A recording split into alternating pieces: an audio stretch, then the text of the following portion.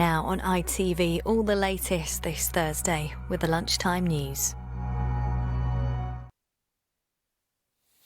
The Christmas getaway gets underway in England as the Health Secretary confirms there won't be further restrictions for now. COVID sickness is hampering rail journeys and has left thousands of NHS staff ill, but Sajid Javid believes the system can cope. We're not planning any further announcements this week. I want people to despite the caution that we're all taking, the sensible caution, people should enjoy their Christmases with their families and friends. But in Scotland, Nicola Sturgeon defends reintroducing restrictions, with nightclubs closing for at least 3 weeks. Also ahead, new life-saving drugs for children with peanut allergies in England. And Kate asks us all to be kind and recognise those who have struggled in her own Christmas message.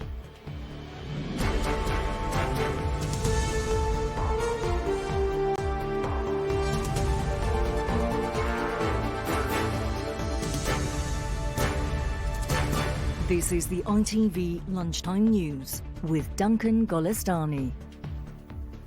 Good afternoon. COVID hasn't cancelled Christmas, at least in England. And with the Health Secretary confirming today there won't be new announcements this week, the prospects are improving for New Year too. Sajid Javid has been encouraged by 2 studies suggesting the Omicron variant is less likely to lead to hospital treatment than other strains. But pressure on the NHS is still growing. Almost 19,000 staff called in sick last week, just as the country hit its highest number of infections ever. Our political correspondent Daniel Hewitt reports.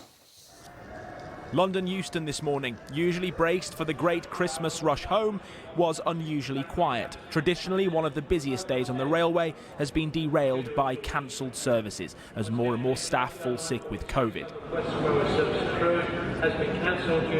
For those that do make it home, there is at least some good news. The government today confirming there will be no more COVID restrictions announced this week, at least in England. People should enjoy their Christmases with their families and friends. Of course, remain cautious, and we will keep the situation under review. We're learning more all the time, as we have done from this new data, and we will keep analysing that data. And if we need to do anything more, we will, but nothing more is going to happen before Christmas.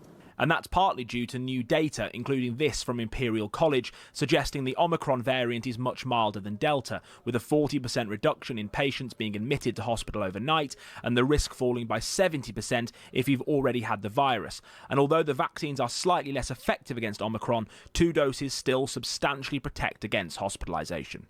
But severity isn't the only data that matters. New figures from the Office for National Statistics shows a record 1.4 million people had COVID at the end of last week, and that is causing staff shortages in England's NHS, up 13% in just a week, which may require some government intervention after Christmas, which ministers are not ruling out. The NHS is under twin pressures. The first pressure has been the sustained increase in COVID-19 since about July, and a more rapid increase in the last two weeks or so. But on top of that, in recent weeks, we've had a lot of staff either going off sick because they've contracted COVID-19, or they've gone to isolation for a period of time because they've been in contact with a case at home or in some social event.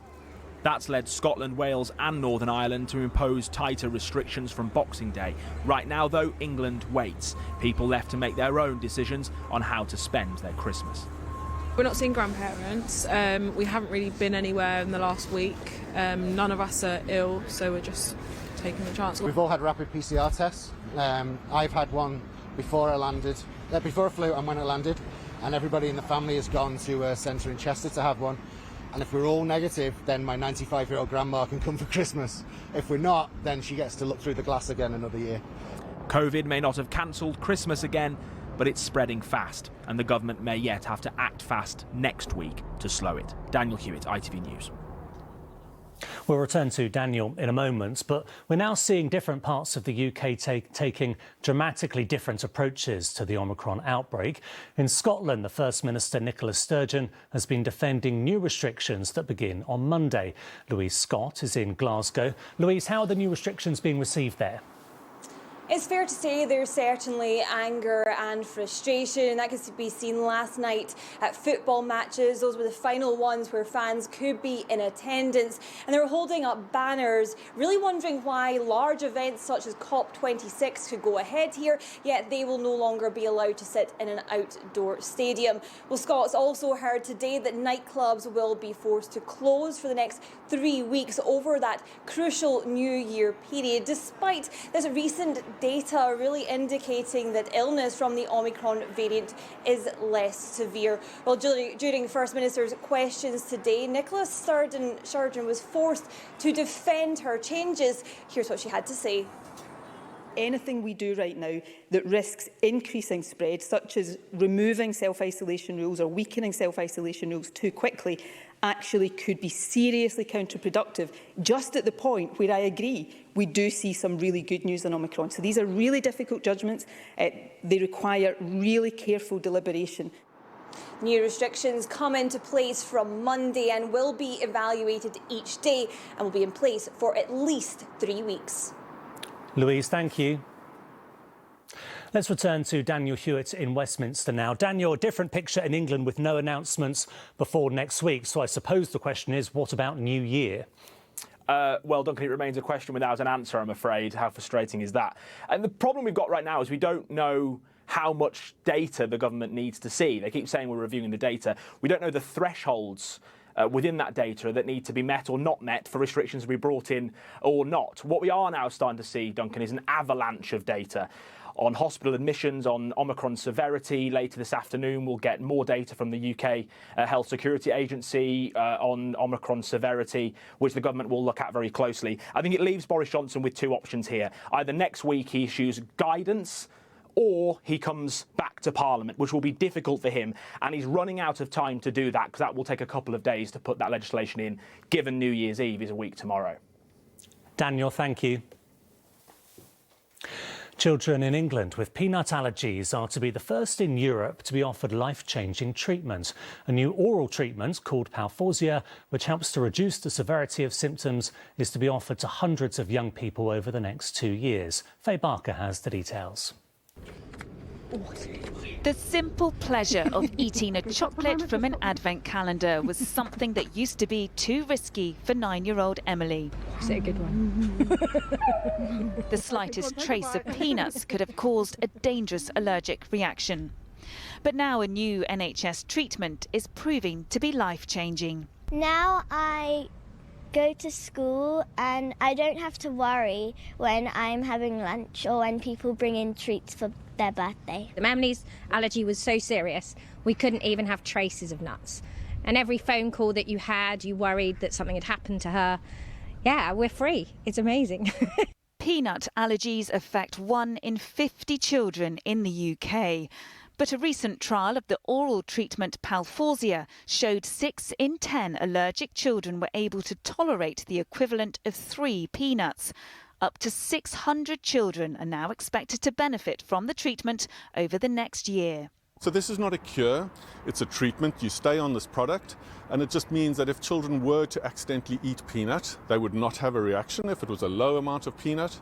And were they to have a reaction, we've shown this in studies, severity reduces over time. The longer they're on the product and the longer they're able to eat peanut, the less severe any accidental reactions will be.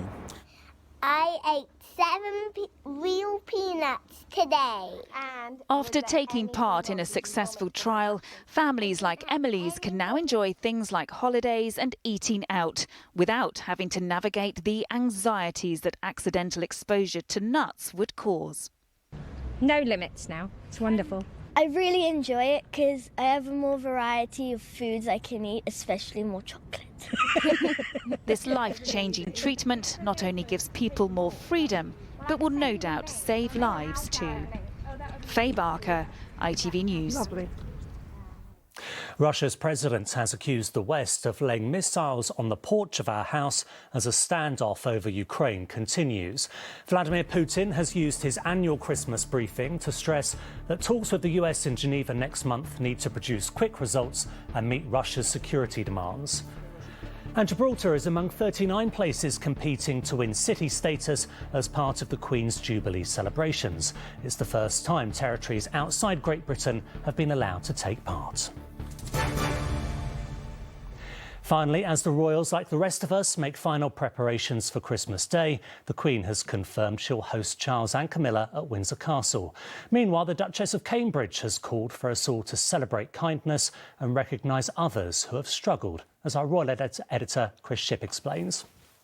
Oh, and have yourself a merry little Christmas now. The singer Ellie Goulding was among many who performed in Westminster Abbey. The Duchess of Cambridge said she wanted to thank those who'd gone above and beyond during the pandemic and those who'd overcome their own personal challenges.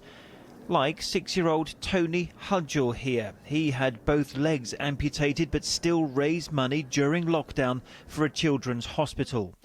The concert will be shown on ITV tomorrow night. Kate told the programme why she did it. We've been through such a bleak time. We've seen so many challenges. We've lost our loved ones. We've been more emotionally and socially distanced and isolated from each other. But I suppose through that separation, we've also realised how much we need each other and how acts of kindness and love can really bring us comfort and relief.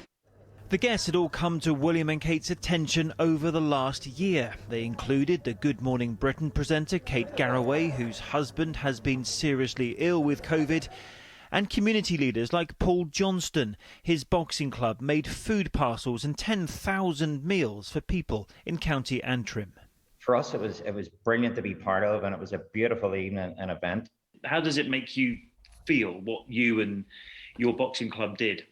Young people really stepped up during the crisis. We're so proud of every single one of them within this community, and it really showed that when communities come together, amazing things can happen. Of course, this Christmas won't be quite as normal as we all wanted it to be, but there were at least Christmas carols for so many who'd been through so much. Chris Shipp, ITV News. And you can watch Royal Carols together at Christmas tomorrow night at 7:30.